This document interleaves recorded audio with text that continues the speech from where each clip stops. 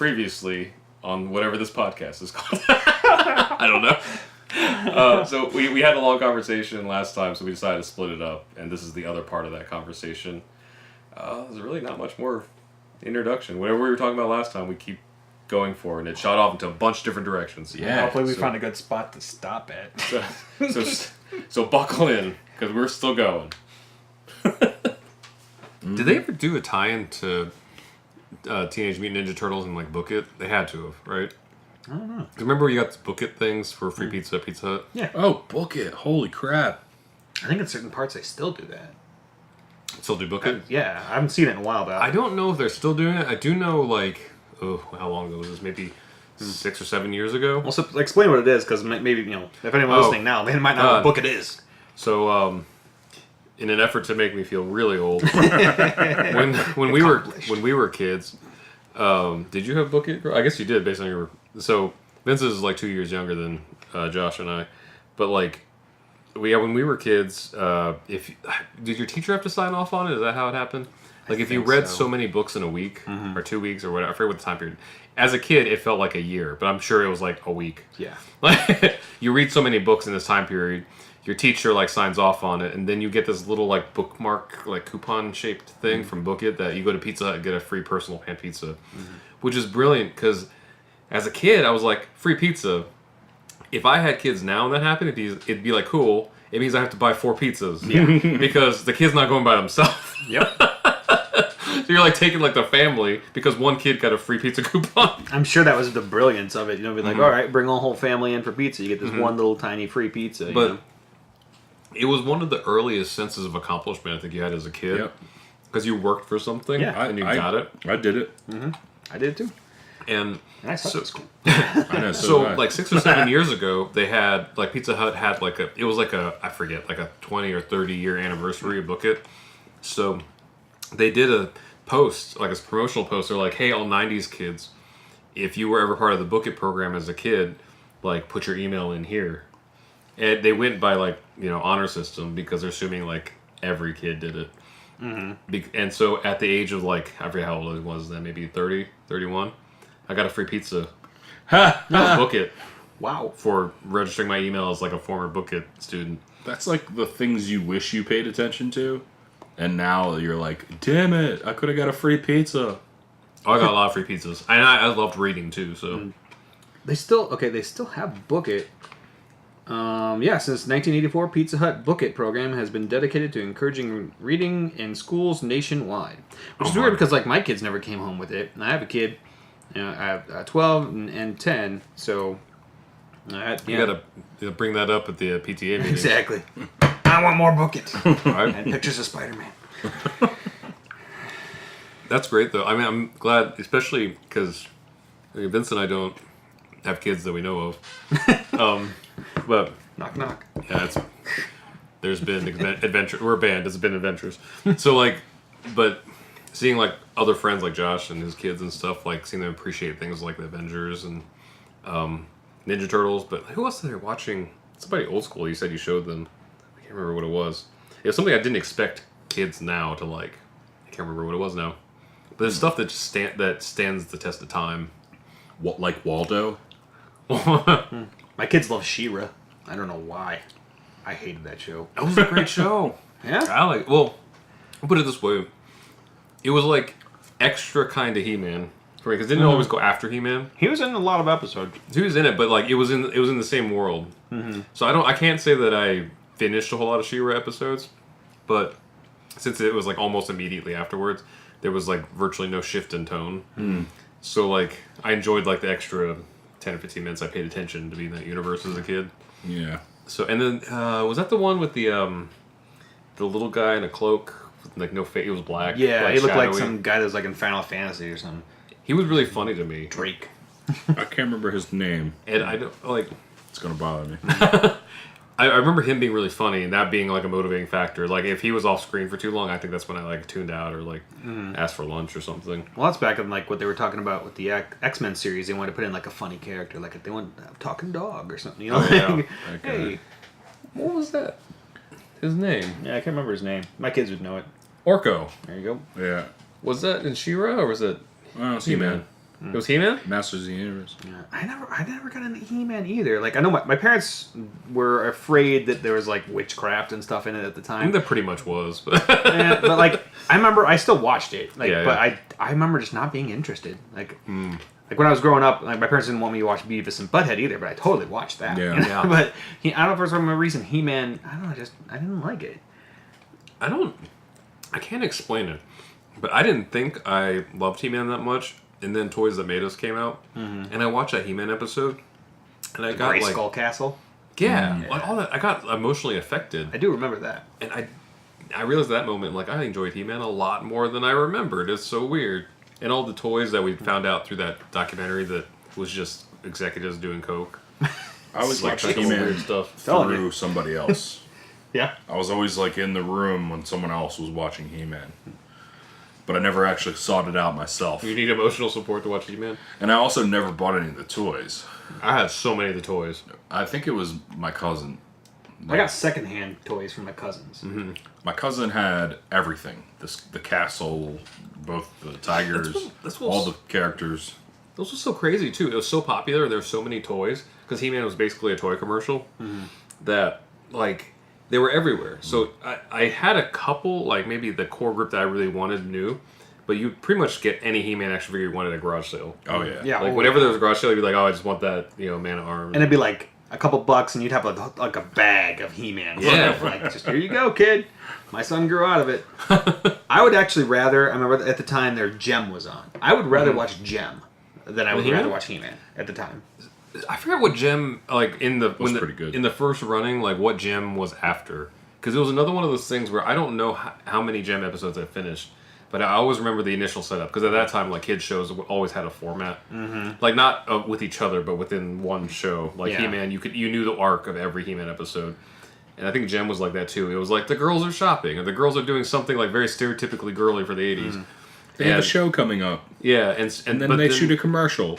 But then they have a band practice, and then a problem arises, so Jem has to hit her earrings and become Jem. Yeah. Like, and I remember it was weird. Yeah, it's like this peripheral memory. It's like it's only nostalgic in the idea. I don't think I'd actually really like to watch episodes. Right now. My kids have watched it because it was on Netflix, and I remember going through it, and there's just a lot of drama. Like it's just like.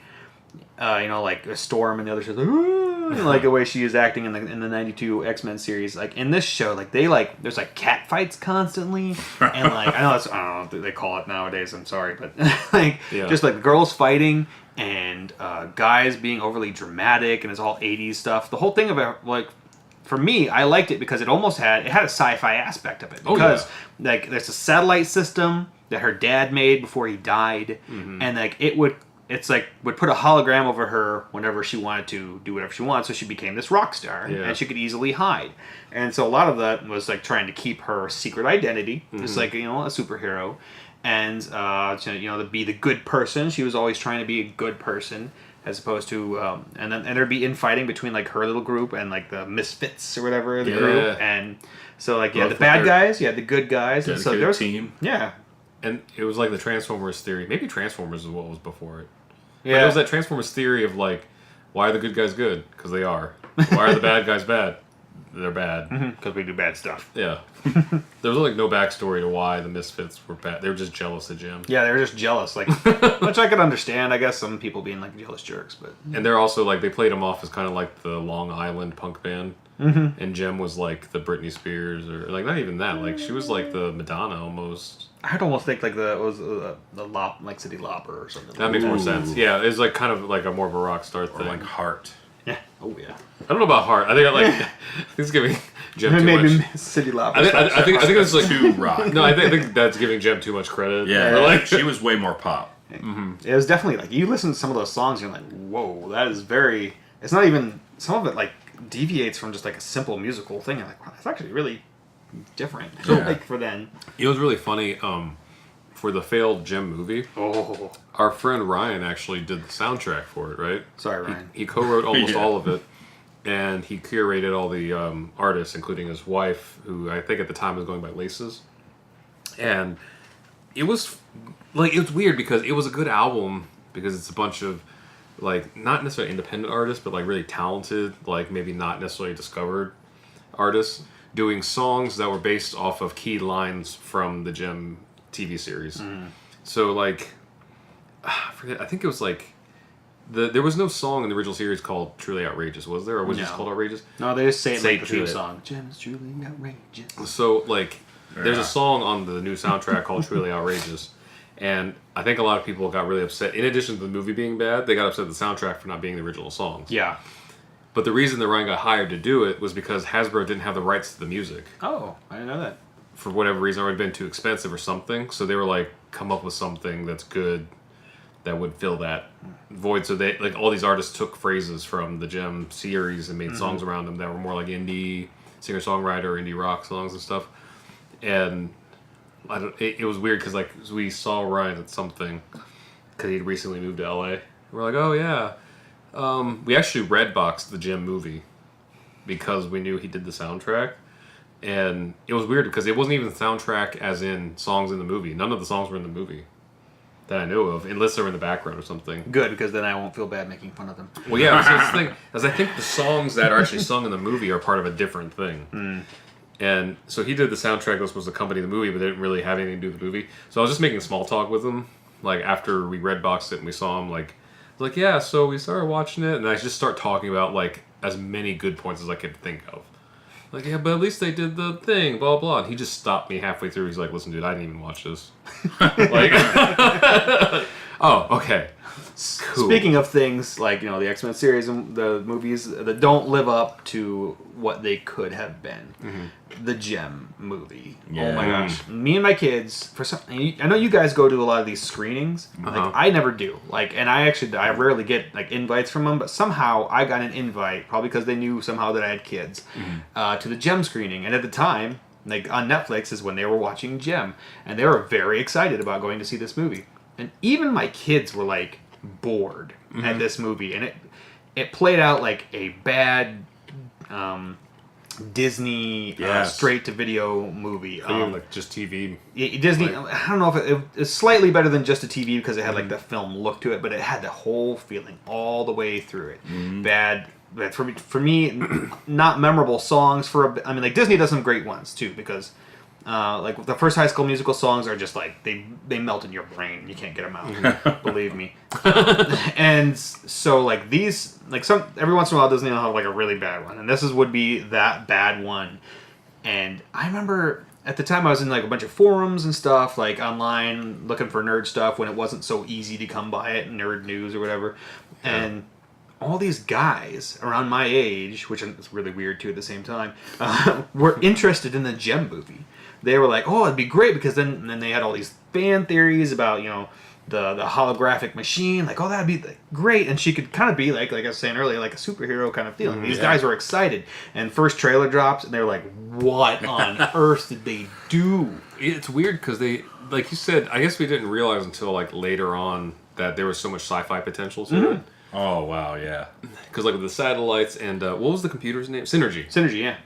Like Synergy was actually one of my favorite parts of the original show, because I don't know, something in the kid in me really enjoyed the idea of this computer that's like lived in this room and it could talk to you, send you on missions, and like give you advice and help, and essentially kind of ran the superpowers, like the car from Knight Rider. Kid. Yeah, like Kid, yeah, basically. Or there was a couple shows like that where there was like a computer in a room, and it was like a real person, almost. Yeah.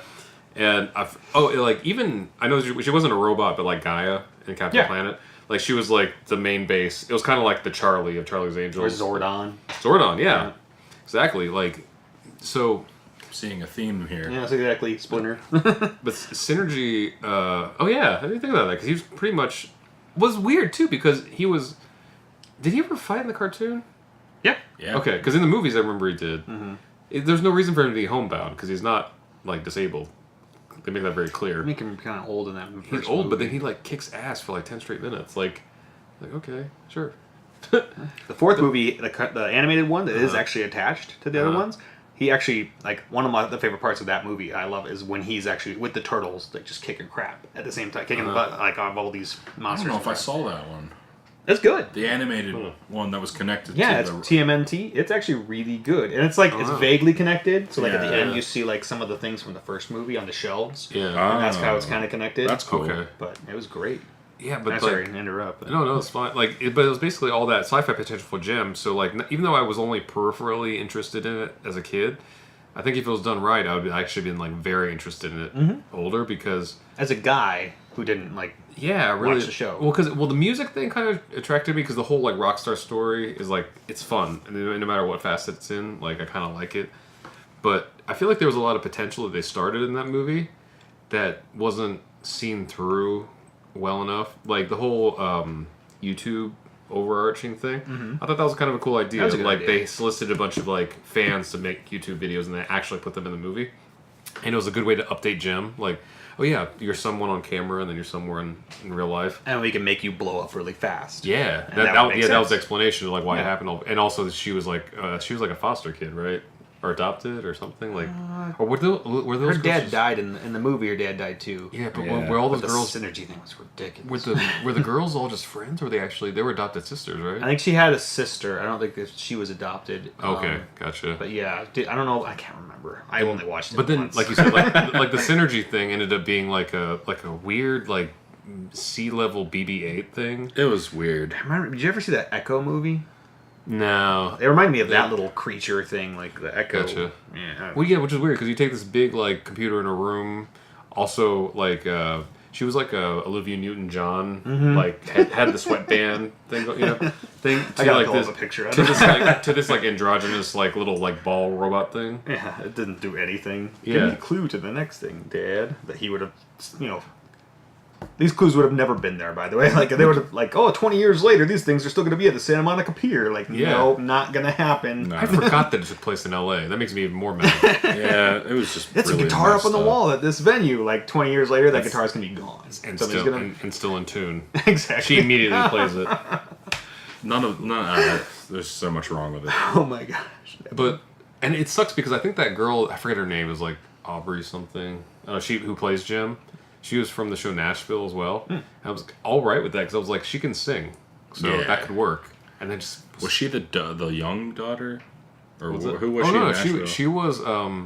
she was like the voice, the American Idol winner or runner up. I remember now. So like in the show, there's I can't remember her name. There's a lady. Wow, this is gonna drive me crazy because I know the name, I'm forgetting it. But the lady that was basically like the Reba McEntire or Trisha Yearwood. Is that Synergy? Oh, my gosh. Synergy. That is. Wow. Yeah. Seriously, if you have a phone, pull up the picture of Synergy. Oh yeah, so she's like Olivia Newton-John in physical. Exactly. That's only like she's been holding her breath for like a day. There's a keyboard in front of her too. Yeah, and all those colors. Like I dug the whole aesthetic. I love that aesthetic. Yeah. But yeah, no, there's so many missed opportunities in that. The movie version. The one thing they did hit right on the head though, like did you guys have the after credit? Yeah, that's a security camera on top of like one of the balls that's controlled by Bluetooth on your phone. It looks like a Nest. Yeah, it looks like a Nest Cam. Why? Oh man. But did you saw the after credits in the screening you were at? Yeah, I had. So that was the perfect thing. Yeah, like Kesha was the leader of the Misfits. And she was like, "We're the Misfits. We do it better." Which is, if you don't know, is a catchphrase from the original series. I was like, "That's the movie I want to see." Yeah, Kesha, why wasn't that the first movie? Yeah, right. Kesha was the most accurate casting of that movie and dialogue somehow.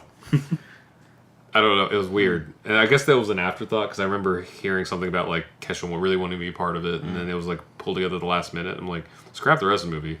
Just have Kesha being the Misfits, And I don't blame any of the actors, actresses in any of these bad movies. You get cast in a movie, like you don't have control over that stuff. Yeah. Like it's a plot and everything comes together, and you're like, all right, I'm in for a ride. So like even with Halle Berry Storm, like love her in a lot of different things. Love that she took credit for the whole picked up the Razzie.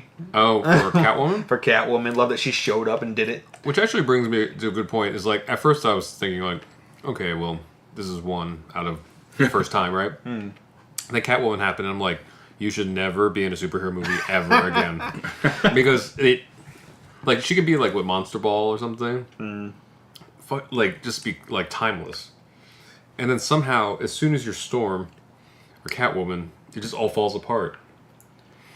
Actually, you know what's funny? I don't even know if I saw that Catwoman. I think that might have been one of the few movies I watched like 10 minutes of. I'm like, I can't do this. I knew it was going to be awful. I don't know if I saw it either. I don't even know. I don't know. It wasn't attached to Selena Kyle, right? It wasn't her? I don't know, honestly. I'll have to look it up. It wasn't in continuity of any other property. Yeah, her name was Patience. So it was a different... A shy woman endowed with the speed, reflexes, and senses of a cat walks a thin line between criminal and hero, even as a detective doggedly pursues her, fascinated by both of her personas. I mean, like, that kind of sounds like... Michelle Pfifer. I was going to say, Michelle Pfifer is my Catwoman for life. 2 reasons. Because Batman Forever is probably my favorite Batman movie. She's not... Besides the Lego Batman. Is it Batman Forever, Catwoman, and Penguin? No, it's Batman Returns. Oh, you know what? Sorry. Batman Forever is the one that like flopped, right? The Jim Gotcha. Carrey one. No, Batman Returns. Batman Returns is my favorite one, and so that's that she did a great job. But also, it was right around like puberty for me, so I think like I kind of like came into my age, like came to age, like during that as Michelle Pfifer and like Katana was being introduced to Mortal Kombat. And her name's Patience Phillips, and like and forgive me, like I do not know a lot about DC lore. Like growing up, I was Marvel everything. Mm-hmm. So I don't know if Patience Phillips becomes Selena Kyle or they're just a different person or something. I mean, it almost because it said it was written by Bob Kane, so I don't know if maybe they just created it. Who knows? Interesting. But yeah, whatever. Yeah, like we're coming up on. We're on an hour 15 minutes now. Yeah, we'll wrap it up in a few. Yeah, that was good. What's the topic for next time going to be? I don't know. I mean, the whole, like I said, Rabbit Around we're a bunch of casuals who, like, I did some reading when I was younger, and I tried to catch up at a point in time. It just, too much stuff to not, and especially with kids, I don't have enough time to be in that zone, and I feel like it's kind of annoying that guys would call people casuals and other things, like, we already have, like, imposter syndrome enough, but... Right. I feel like it's very accurate to call me casual, because at the time I was into comics when I was a kid was literally whatever was the brightest color in the comic book store. But I did enjoy the comic book store. I think I read Wildcats because of that. Yeah. And some random Image comics and things, because who the hell reads Image comics, right? But but I did, like, because they had a cool cover that Turtles week. were on Image. Oh, were they? Yeah. Oh. I forget, there's others here. Well, Image is like independent, so yeah. I'm pretty positive. I could be wrong again. Hey, there were some other like superhero teams that I don't even remember the names of. But they look cool that week. But then, like when the movies come out, like I love finding out like the new lore. Like this Captain Marvel thing, how like they're retconning everything, but it's still kept in that spirit of like it's exciting. It's not some like BS. Reason it's not like why no yellow spandex because we don't want it. Yeah. No comic books on set. Or like Storm. And they know what things that change. So like Storm going from like always being like a literal goddess, also she always was portrayed very like tall and domineering. Like even if it's on heels, she always felt like she was a foot taller than everyone else in the room. Strong. To being like the most timid, like horrible one-liners. You forget she's in the movie until she appears. Character, like it feels like it's the wrong thing to change, but like Cloak and Dagger, they switched the financial situations, like so the young black man actually grew up in a lot of money and affluence, and then the pretty white girl with blonde hair and blue eyes like grew up on the streets. That was a really clever change. So yeah, it's like in the MCU, they just know what things to change. I just had a light bulb go off in my head a couple days ago. Me and Rod were talking about who the best Storm would have been. Oh, you mentioned that. And it was not, I think it was last night or a couple nights ago, we watched Pee-wee's Christmas special from like 1988. And who, lo and behold, Grace Jones comes out and sings a song for Pee-wee, a drummer boy or whatever. I think it was a little drummer boy. And Grace Jones, man. She would have been a great Storm. I mean, that's the wrong era. Everything. Because she was, it was, I think she's looking at, like, I don't know, I know why, like, Halle Berry was, like, a big name at the time and everything, but, like, someone like Grace Jones, like, would have been like amazing. Yeah. Something like that. Or like anybody from Black Panther. Yeah. Or literally anybody. I would have preferred myself playing Storm. And I don't have any acting skill at all. Like it would have been actually Marvel's YouTube channel put out like a cosplay video. They put a lot of cosplay videos out. But they put this cosplay out of like this woman doing Storm. I wanted her more than Halle Berry. I don't know, let's see. There's a Catwoman on Hollywood Boulevard. Oh yeah, that would be awesome as Storm. Oh yeah, I remember because she works out there. If you haven't been to Hollywood Boulevard, there's a bunch of people like I wouldn't even call it cosplay. They're in costumes to take pictures with you. Yeah.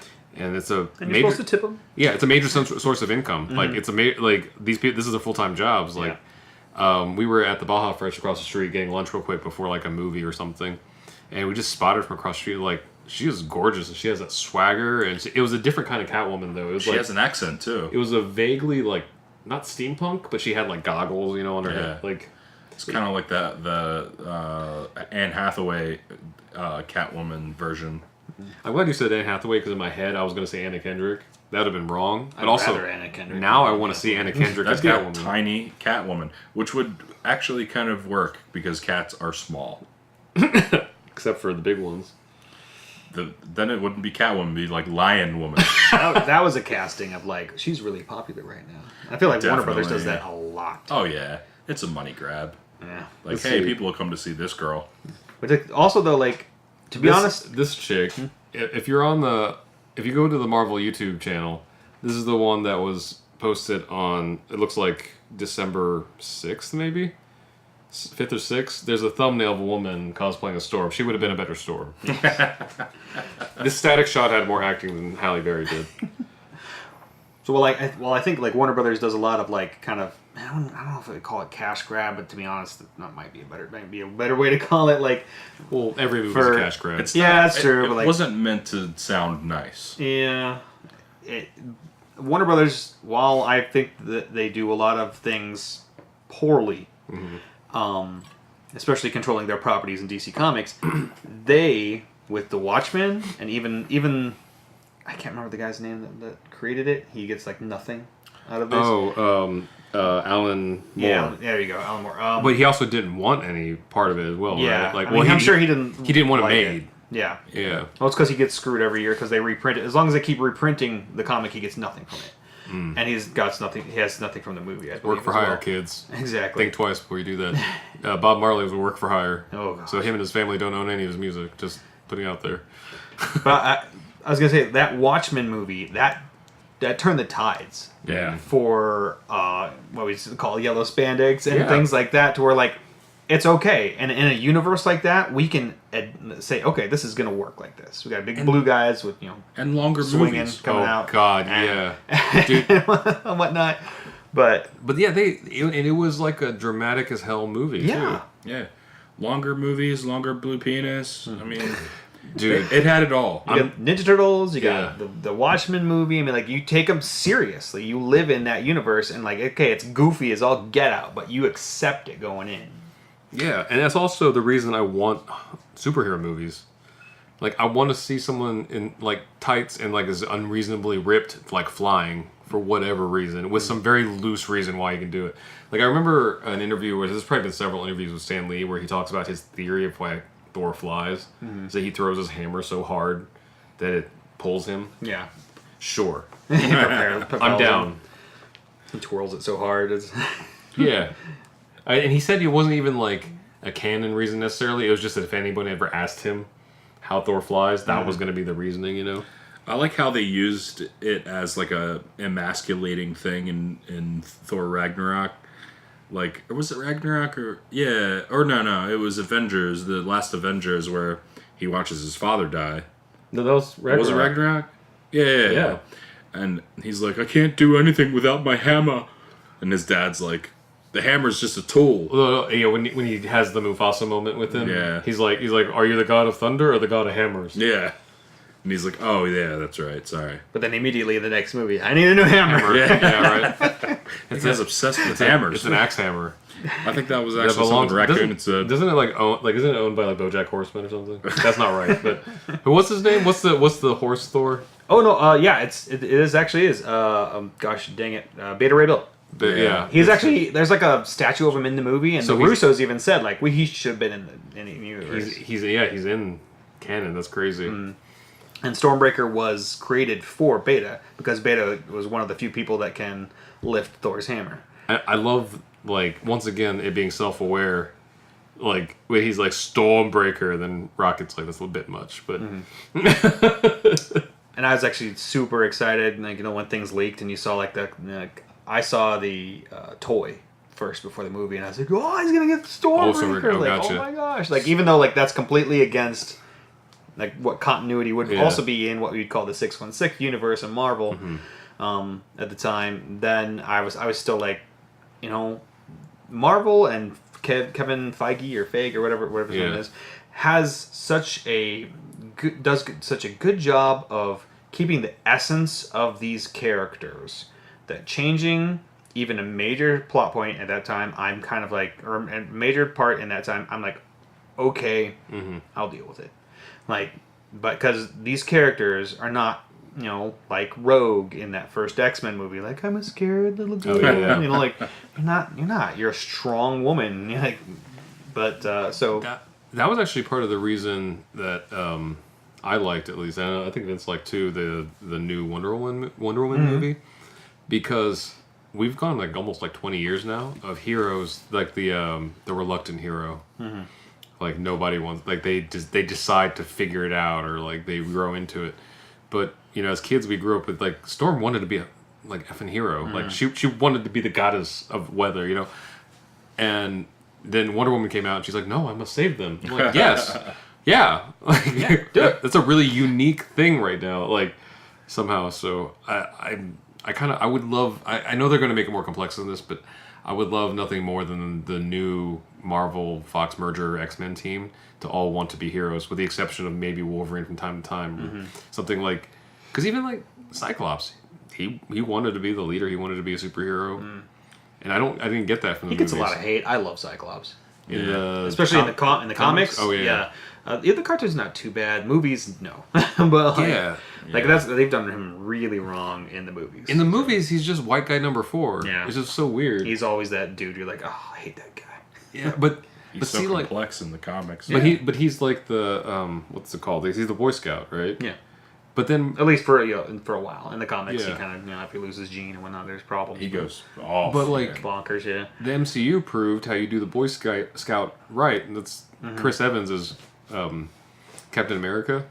So, and it's also like how powerful the Marvel Studios is, like the actual Marvel Studios, because they can make him that powerful. They could also like make talking raccoons and stuff, but I don't know. But they can't do it in the Fox license stuff. It's so weird. So weird. I don't know what to do. Like, because I feel like it's because Marvel has that overseeing like idea and adherence to these characters through Kevin that they actually are sticking to, as opposed to let's bring in a bunch of writers and different directors and just throw it at the wall until we find something that's good. Fox did it and it's not very good. Sony even did that a little bit. It's not very good.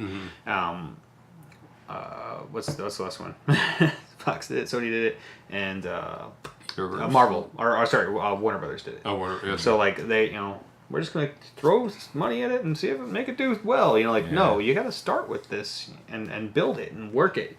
It's just hard, I don't know. Oh, that was I had lost track of my thought before, but them taking Chris Evans, making him Captain America, they took like the failed Human Torch and made him iconic. Like that.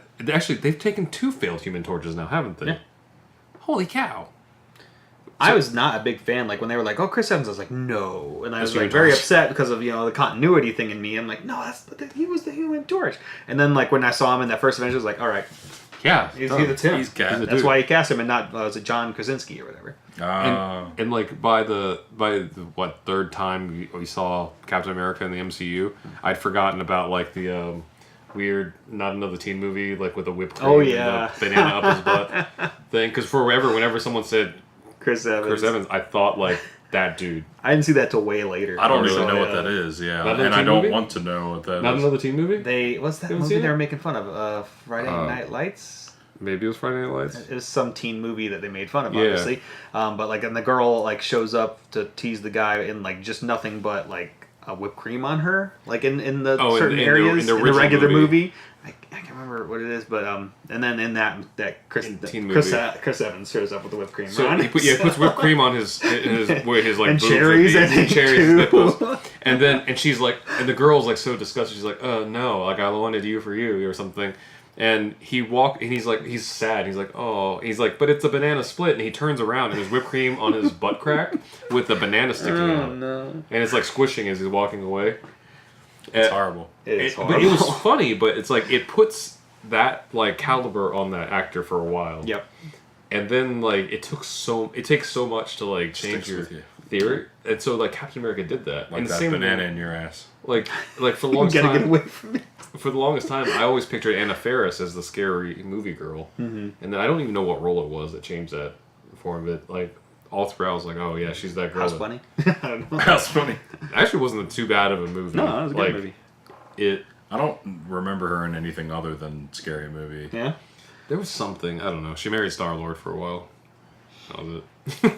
I love Chris. I love how they took Chris Evans and they took the story of Captain America, the man out of time, and they put him into our time because that second movie, which is Winter Soldier, is probably still my favorite Marvel movie because it also brings into like, okay, we got the security stuff nowadays and privacy nowadays, and what's the government's role kind of like in our lives? And he's like comes from a different time completely, where he's like, this doesn't look like freedom. This looks a little scary, like what I was scared of before. You know, kind of. Yeah, I don't know. It brings in today, you know, what's going on today. That's when he's one of my favorite characters, and they Also, did a great job with him. Winter Soldier, I don't know if it was the first, but it was one of the first MCU films that like kind of showed that the studio was like it wasn't a genre. Mm-hmm.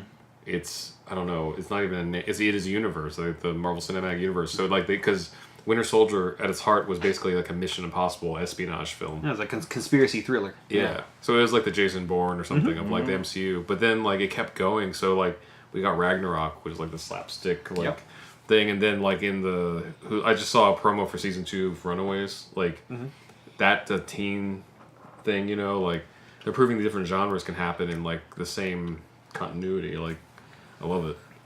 Love continuity. They're doing a lot of amazing things with the films and TV right now. It's been really surprising me how great TV has been.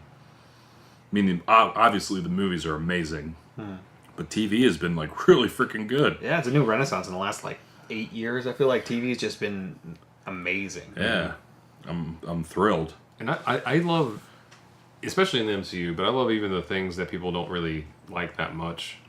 Like, I mean, I think Cloak and Dagger did all right, but I don't think it was like the runaway smash that maybe some had hoped it. Definitely some aspects I didn't like. The ending was a big one. And See, I like the ending, but I don't know. a lot of budget, I feel like. They're like, oh, That's true. not a big enough thing to do. I mean, mild spoiler, but I like how they just skipped all the pleasantries. They're like, oh, there's an explosion, kids, radiation, they have powers now. Yeah. I don't mind that. It looks sweet. Yeah, Daredevil will still be like my favorite. It's so great because it's the Japanese action films. It's basically what that vibe is, you know? There's a lot of action in it, and and the storyline's great too. So it's kind of. Have you watched the Punisher new series? season? I haven't watched the Oh. new season. Gosh dang, I haven't actually watched Iron Fist. I just got done with Luke Cage's second season. Nice. I haven't even watched Jessica Jones. I have kids and I have no time. Yeah, Jessica Jones especially is not one thing you Oh want yeah, to watch in front of kids. I can't watch this with my and I homeschool like one of my kids, so Yeah. like she's at home, so I can't ever watch it. And Yeah. my I definitely don't want to watch it with my toddler around. Gosh dang. So the only time I can watch it is when at nighttime, and a lot of time I'm working or something. Yeah. Yeah.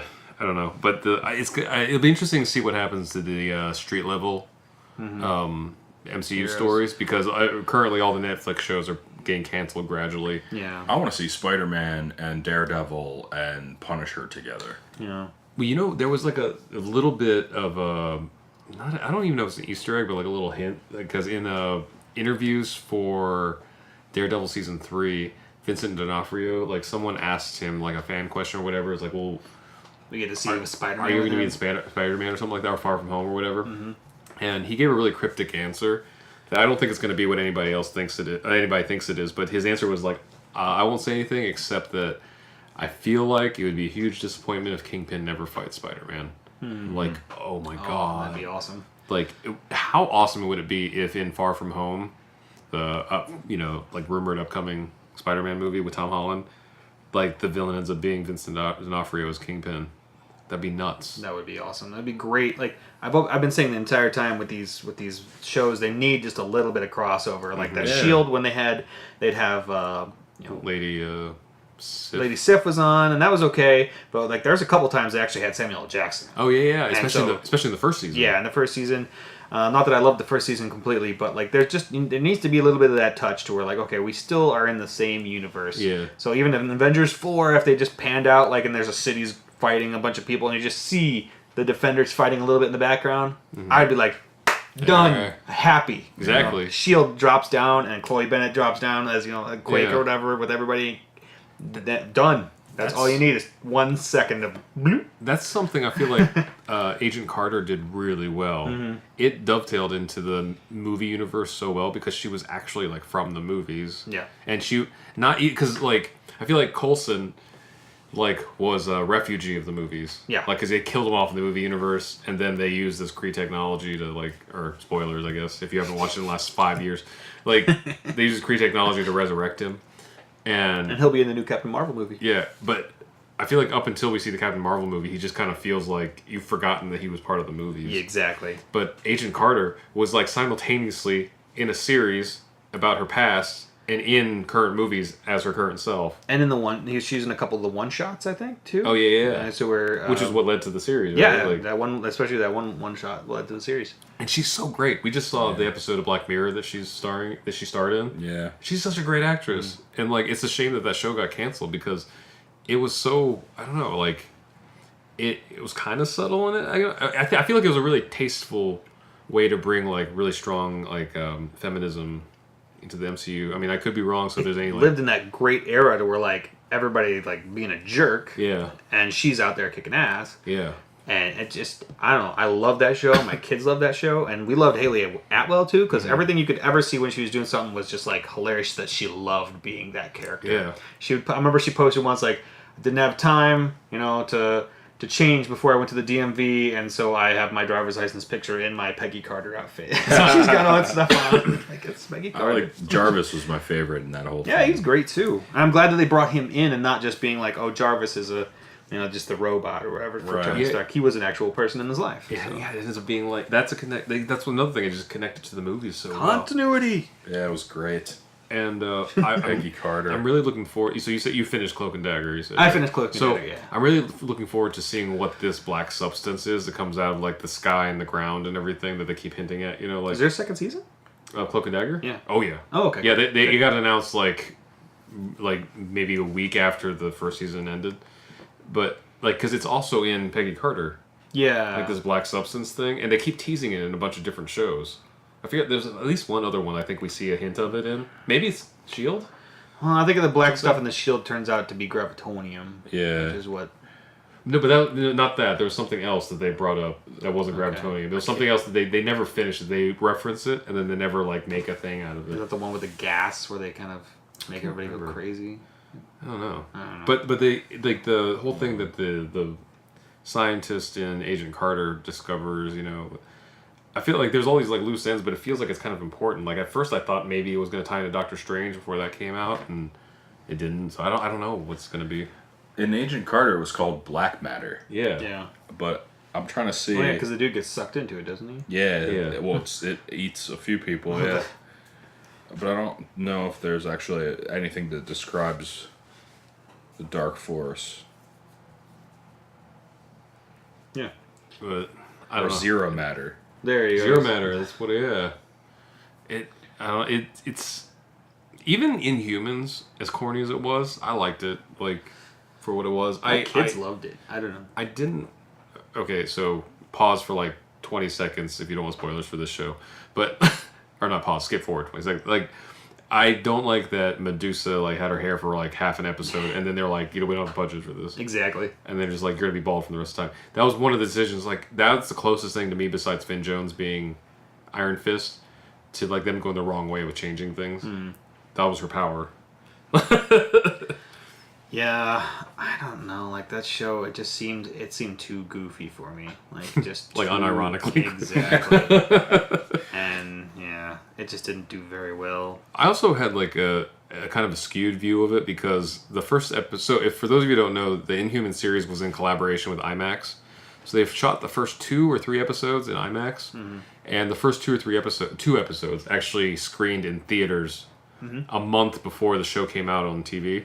So that happened to be in the weekend of my birthday, and so a group of friends and like us like went out to see it for my birthday, and it was the cleanest TV show I've ever seen. Like the opening shot is like someone's foot like mashing into like a mud puddle, and then the water droplets fly in there, and you could see the specks of dirt in the water droplets.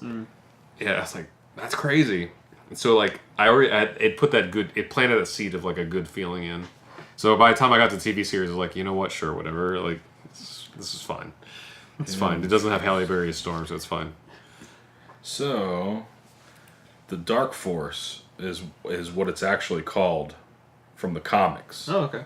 For the Zero Matter? The Zero Matter they just created for the show, but all of the lore and the story around that substance is from the source material where it's called the Dark Force. Which is actually like sentient. That's why it was like sucking people in. Oh, okay. I'd have to read more here to find out what the Dark Force is. There's these different There's these different substances. Yeah. There's these different substances in the different shows, and I don't know exactly, like, if they're connected. Like because the gases in Cloak and Dagger and. Interesting. So it says here the Dark Force is a negative energy drawn from a parallel dimension that gives people in our dimension superpowers.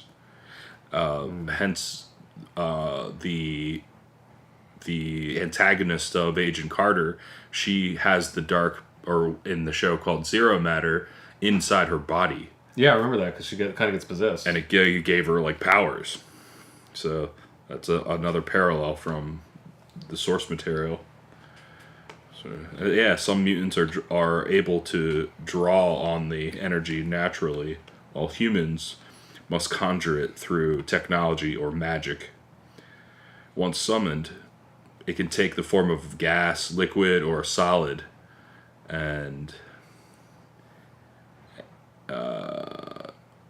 endow a person with abilities and varied camouflage or even teleportation. So, my question is, will this ever occur again in the MCU? And will it be called Zero Matter, or will they make it the Zero Force or Dark Force? Yeah. Or yeah, kind of. Well, the nice thing is since it's like a history thing, it could change names feasibly. Yeah. People just call it different things. Yeah, I mean they could even make note of it being called Zero Matter in the past, because Carter was in what, the 50s? Agent Carter. Yeah, it's like the 60s or 50s. No, it was maybe like I don't know. Was it the 40s? I don't know. I can't remember. But then, like, say, like, yeah, now it's known by the Dark Force or whatever. But, yeah, that'd be interesting to see that come back, because really that was other than, like, trying to figure out what Zero Matter was, it was kind of like the same thing of waiting for Skye in S.H.I.E.L.D., her sister, what was her sister's name? I don't remember the when they went through Terragenesis, it had completely changed her form, and they hid her for like most of the second season of or not, it was second season. I think it was the second season of S.H.I.E.L.D. And I'm trying to remember her name. I don't. There's so many things about the MCU is so massive. There's so many things I forget about it, but Yeah. I still kind of like it. I thought I saw it maybe in here. Oh yeah, Reyna Wait, in S.H.I.E.L.D. that wasn't her sister, was it? No, it wasn't his sister. No, I guess she was like, She was the mysterious girl in the dress. yeah, that had like the telepathic powers or some sort of powers. I think she was being like persuaded by someone else, but then when she ended up getting her power, yeah, she like morphed into this like really horrific porcupine thing. And I remember how like the opposite of was awesome, anticlimactic. The opposite of awesome. Yeah.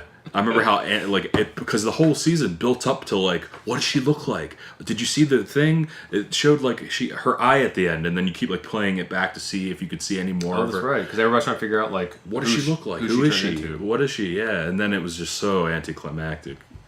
I was like, oh, okay, this is kind of dumb. Like I was way more interested in Terrigenesis crystals and like Quake being able to obtain her powers completely and stuff like that. Like. Mm-hmm. That Reina kind of just was like, we'll pay attention to that later. But it's quite interesting. Hopefully, Zero Matter or the Dark Force will come back around. That's a good way to loop that back around. Yeah. It's funny, Vince like just tied it up. Like he like drifted from Zero Matter to Dark Force to Reina from Agents of S.H.I.E.L.D. in the back. All while I went to the bathroom. Right? I might be peeing soon too. Should we separate this into 2 episodes? I don't know. Maybe. Yeah, hey guys, that's fine. We can start the second one at Gem. So. Yeah, I guess to wrap up, I mean, we kind of want to hear your guys' feedback as well. Like, and while we go forth in the future, try to hone exactly what this podcast will become. Mm-hmm. Right now, we're movie nerds, man. We love superhero movies. We love comics. Anything Sci-fi. nerdy, we're movie casuals, so because we don't live and breathe it. Like I don't know all the lore so much to complain about it. I just know the X-Men was so bad that I had to complain about it. Yeah, so we wanted to give ourselves a place to kind of converse and learn as well. Also, you guys could help us with some of the nerd knowledge you guys have. Yeah.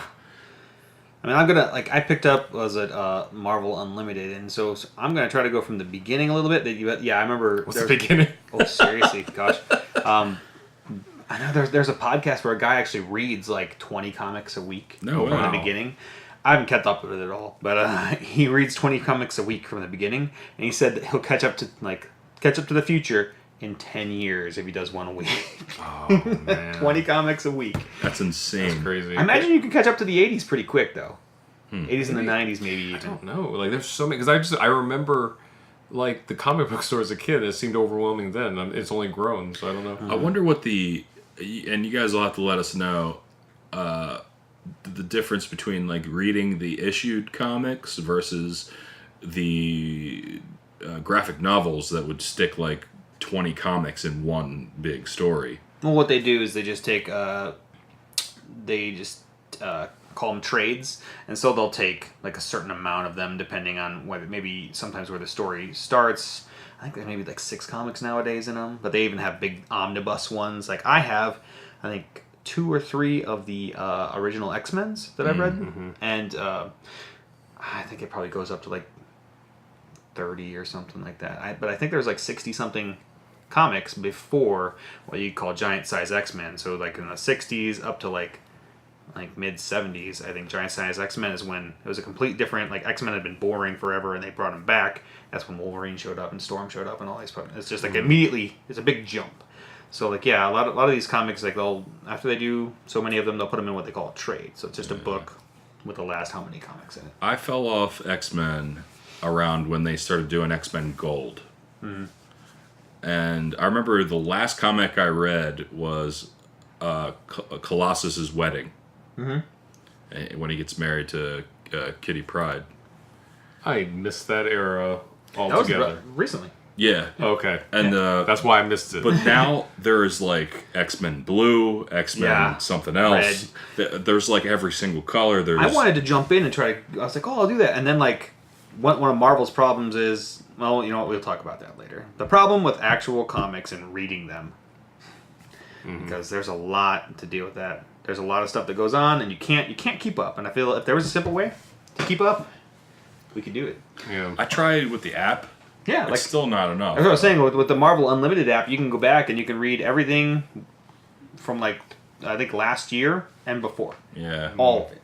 And so, but I was maybe I'll just look and see if there's a chronological thing, you think Spotify playlists or there's it's tough, all right? Stuff. You can't find. You have to actually go. Okay, Let me click online, click. All right, what was the first 25 Marvel comics? And then you actually have to go through and find them all on the app. And I fell into the trap where everyone had their own opinion of what you should read. Mm-hmm. Like I was like, oh no, you got to start here and then go here and then end here. Really? And then everyone else has their own opinion. You just have to pick like a random object. You just gotta start. So you'd be like, tin can. The first cover I see with a tin can on it. That's the version I'm starting. Like just pick an object, like a squeaky dog toy. All right, that's the series I'm gonna start with. Yeah, that's how you pick. That's why I wanted to pick up because my kids started reading, and I was like, I'll jump in here at the X-Men, and there was so much. It was insane. It was also during Battle. Was it the Battle World? The recent Battle World. Oh yeah. Oh my gosh! And I was like, I have no idea. I have no idea anymore. There's a lot of gaps in my reading too because I jumped around so much. But the whole what was it, Secret War? Yeah. I missed all of that, and that is some of the most potent like storytelling. Yeah. If you read comics, tell us, like, give us an idea of like where to kind of like get caught up at, because like from the shows and whatnot. What I also liked about the early '90s X-Men show is they brought in stuff that was going on right then and there. Yeah. So that like when I went to the comic book store, this stuff's kind of happening now. Like the Onslaught series happened right around the same time, where like that whole episode with Xavier like kind of being like half asleep and hurting the X-Men, like that happened about the same time. Plus, they also went to Asteroid M, and that was Asteroid M. that was part of that whole Fatal Attraction series that I actually got. God, Fatal Attraction's so cool. A lot of people hate the early X-Men stuff, like the 80s, 90s X-Men stuff. I remember I how love it. they had like limited edition Fatal Attractions. Yeah. They all had the glossy cards on the high. They actually, I was gonna buy them all. They're on like eBay for like $30. I was like, I'm gonna buy it. The hologram my ones. wife's like, No, yeah. that's useless, Josh. It's just gonna sit here. If you have any responses to any of this, I guess hit us up on Twitter, maybe. Yeah. So like Vince and I were under RKVC tweets. That's Rod, Kim, Vince, Serino. RKVC tweets on Twitter. And then what Twitter do you use nowadays? Oh gosh, which ones don't I have? You'd have Josh pick one. Yeah. And Keep depending going, I'll on give you the one. success of this one or the next one, we'll create like some sort of Discord or something. Yeah, we'll probably create one for this specific podcast. Maybe for right now, I'll just do. That way we have one place to with find me, Josh. questions. We never actually introduced ourselves. Oh yeah, hi, I'm Rod. I'm Vince. Joshua Smith Recording is my There you go. Instagram. So Or hit Josh up on Instagram, Joshua you Smith go. Recording.